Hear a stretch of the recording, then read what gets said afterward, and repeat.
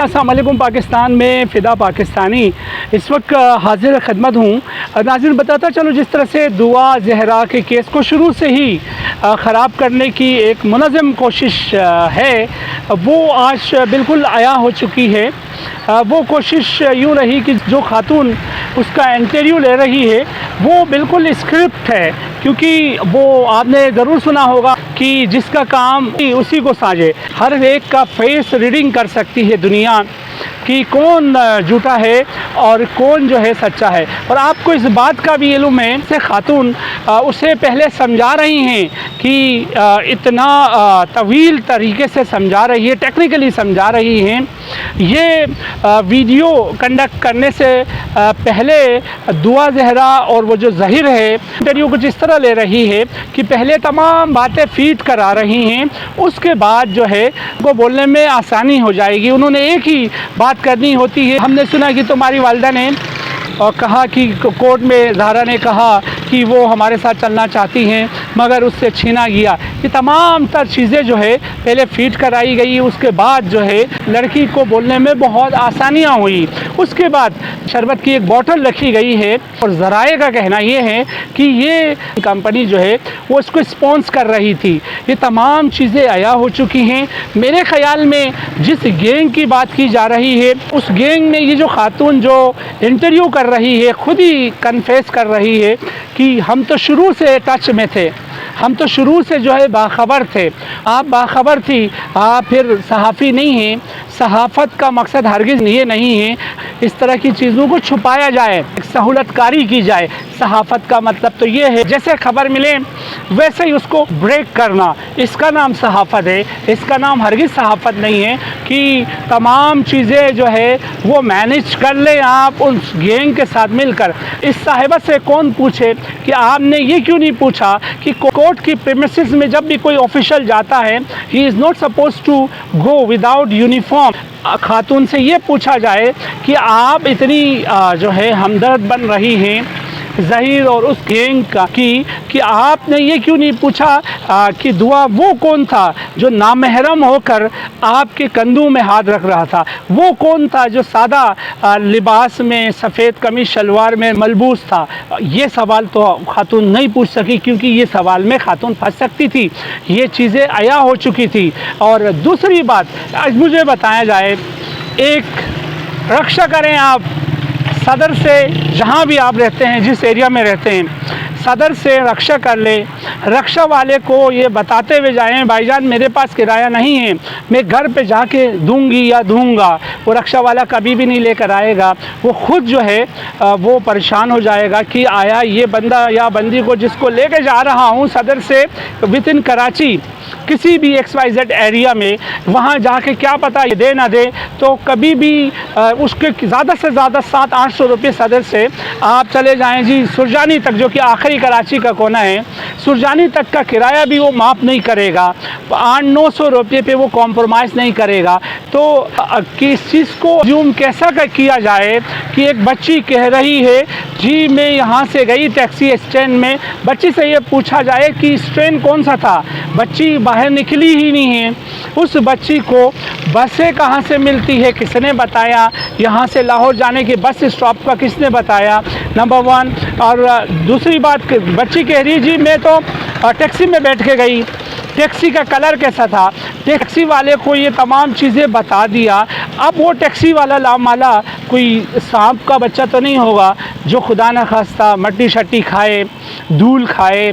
Taxi वाला फ़हम रखता है क्योंकि टैक्सी वाला माशरे की हर अच्छी बुरी ख़बर से वाकिफ़ होता है, माशरे के अच्छे बुरे हालात से वाकिफ़ होता है कि उससे अगर रास्ते में कोई पूछ लेता। और इसके बाद तो हमारी जो वहाँ पर डेप्यूट हैं हमारे पुलिस एहलकार, हाईवे पुलिस अफसरान के ऊपर भी ये ज़िम्मेदारी आती है। आज दुआ चली गई, कल कोई और जा सकती हैं, तो पूछगछ का भी कोई निज़ाम रखा जाए, चेकिंग की भी ऐसी पॉइंट रखी जाए जिससे इस तरह की चीज़ों को रोकथाम किया जाए। नॉर्मली होता ही यही है कि एक सूबे से दूसरे सूबे में कैसे पहुँचती चीज़ें, एक सूबे से दूसरे सूबे में इंसान कैसे पहुंचता है पता चल जाता है जी, फला बच्ची, फला बच्चा, फला इंसान, फला आदमी पंजाब से जो है बरामद किया गया, या पंजाब का कोई बंदा सिंध से बरामद किया गया। ये चीज़ें हम सुनते हैं।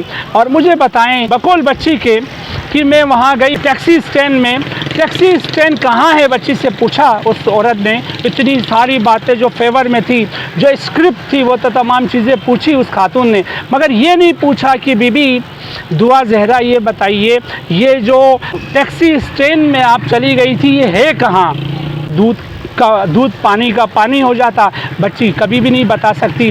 फिर उसके बाद कि उस टैक्सी वाले को ये बताते हुए कि भाई साहब, अंकल जी मेरे पास किराया नहीं है, ये कहते हुए वो टैक्सी वाला इतना बड़ा हमदर्द, मैं तो आर्मी चीफ से एक और हाथ जोड़ कर रिक्वेस्ट करूँगा उससे भी इनाम दे, जिस तरह से अभी आपने वो ऑयल टैंकर वाले को इनाम से नवाजा कि उसने एक पूरा है देहात गाँव को और बहुत सारी इंसानी जानों को बचाने पे उसको क्या है आपने सर्टिफिकेट से नवाजा है। इस तरह इस टैक्सी वाले को भी ढूंढ लिया जाए, इससे भी इनाम दिए जाए। इतना हमदर्द कि कोई बच्ची जो कि माइनर बच्ची हैं, जो कि अंडर 18 बच्ची हैं, वो कहती है जी मैं लाहौर पहुंचकर आपको किराया दूंगी। 14-15 घंटे का सफ़र है, रास्ते में भी भूख लगी होगी, वो खाना कहाँ से खाए होंगे, रास्ते में लामाला इंसान है, वॉशरूम भी आया होगा, वॉशरूम में ये शख्स कैसे लेके गया और दुआ कैसे गई और उसको किसने कहा कि यहाँ रुकना है। ये तमाम चीज़ें रोज़े रोशन की तरह आया हैं। इस केस के पीछे जो सफ़ेद लिबास पर मलबूस शख्स वो सरगना है, वही सरपरस्ती कर रहा है। और ये बात आया हो गई कि उस खातून से ये पूछा जाए, आपने ज़हिर की सैलरी तो पूछ ली लोगों को दिखाने के लिए, और आपने ये क्यों नहीं पूछा ज़हिर की माँ यूनिवर्सिटी में क्या है, झाड़ू पोछे का काम कर रही है या कोई खुदा न खास्ता एजुकेटेड हैं, क्लर्क हैं या वहाँ की फैकल्टी में हैं। ज़हिर के बाप ज़हिर ने कहा मेरे वालिद साहब का इंतकाल हो चुका है, ज़हिर क्या करते हैं ये तो पूछ लिया। आप ये तमाम चीज़ें पूछ लेते कि आप एकदम से 22,000 रुपये किराया दे के किसी की बच्ची पर जो है हमदर्दी खाते हैं। जो तमाम चीज़ें स्क्रिप्ट हैं और ये तमाम चीज़ें प्लांटेड है। मेरी दरख्वास्त होगी कंसर्न इदारों से कि इसकी डेप पे जाया जाए। बच्ची कहती है जी मेरे माँ बाप की शादी बहुत पहले हुई है, ये बच्ची को कैसे पता चला? चलें जी, डॉक्यूमेंट्स अपने रिलेटेड जो भी हैं, दुआ से कंसर्न जो भी डॉक्यूमेंट्स हैं वहाँ तक तो चलें, बच्चे याद रख लेते हैं, बच्चों को पता चल जाता है, मगर शादी का निकाह नामे का बच्चों को पता नहीं चलता है बालिग होने के बाद भी, क्योंकि they have nothing to do with the parents marriage at all. तो ये तमाम चीज़ें रोज़े रोशन की तरह पहले से ज़्यादा अब ये आया हो चुकी हैं। फिर वो खातून कहती है जी इससे पहले फ़ला एक और लड़की का भी केस ऐसा ही हुआ था, उसको जो है बीच रास्ते में डाकू जब मिले तो वहाँ जो ले जाने वाले थे, जो झांसा दे रहा था, शोहर बनने की कोशिश कर रहा था, वो रास्ते में छोड़ के जाता है। ज़ाहिर ने कम अज़ कम ऐसा नहीं किया। बीबी ये कहें कि उसके वालिदैन में गैरत नहीं थी, माफ़ कीजिएगा, माज़रत के साथ कह रहा हूँ, उनके वालिदैन में वो गैरत नहीं थी जो गैरत का मुजाहरा दुआ ज़हरा के माँ बाप ने अदा किया है। एक मिसाल कायम की है कि खुदा के लिए देखें, इज़्ज़त ज़िल्लत खुदा की ज़ात देने वाली हैं, और ये खड़े हैं, इसके दुआ के वालिदैन खड़े थे और खड़े रहेंगे। अब सुप्रीम कोर्ट तक जाने का अंदिया दे दिया है। और ये तमाम चीज़ें इससे पहले न किसी माँ में जुर्रत हुई, ये न किसी के बाप में ये जुर्रत हुई। दिस क्रेडिट गोज़ टू दुआ ज़हरा's पेरेंट्स। तो ये कहना कि उसको छोड़ के गए थे, और दुआ ज़हरा का शोहर देखे कितना अच्छा है, वो तो सब देख रहे हैं कितना अच्छा है, शक्ल सूरत भी कोई चीज़ देखी जाती है, वो अपनी जगह में है, हम उस पर बात नहीं करते हैं कि ज़ाहिर किस तरह का है, क्या है। और दूसरी जो अहम बात वो ये है, दुआ ज़हरा की क्या है बॉडी लैंग्वेज से पता चल रहा है, उसके कपड़े आज भी, जो कि कोर्ट में मुलाकात हो जाती है दुआ ज़हरा की माँ के साथ, उन्होंने एक दावा किया था कि बच्ची को 3-4 चादरें पहनाई हुई थी ताकि बच्ची जो है वो चौड़ी दिखे, ऊंची दिखे। तो वो बात अभी भी देखें, दुआ ज़हरा ने जो सूट पहनी हुई है वो भी फिटिंग में नहीं है। वो सूट जो है किसी बड़ी खातून का सूट पहना कर देखें फैला कर बैठी हुई दुआ ज़हरा।